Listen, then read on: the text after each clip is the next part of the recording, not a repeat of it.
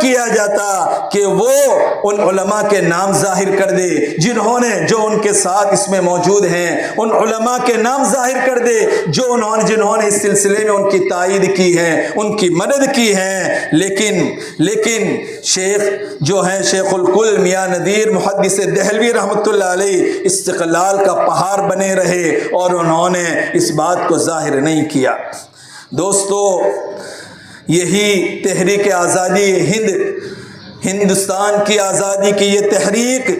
یہ جو ہے ہر اعتبار سے ہمارے ہندوستانی بھائیوں کی محنت کا نتیجہ ہے۔ ہمارے ہندوستانی بھائیوں نے جو محنت کی ہے، اس کے پیچھے جو جد و جہد کی ہے، اور ایسے نقوش و تاریخ میں چھوڑ گئے ہیں،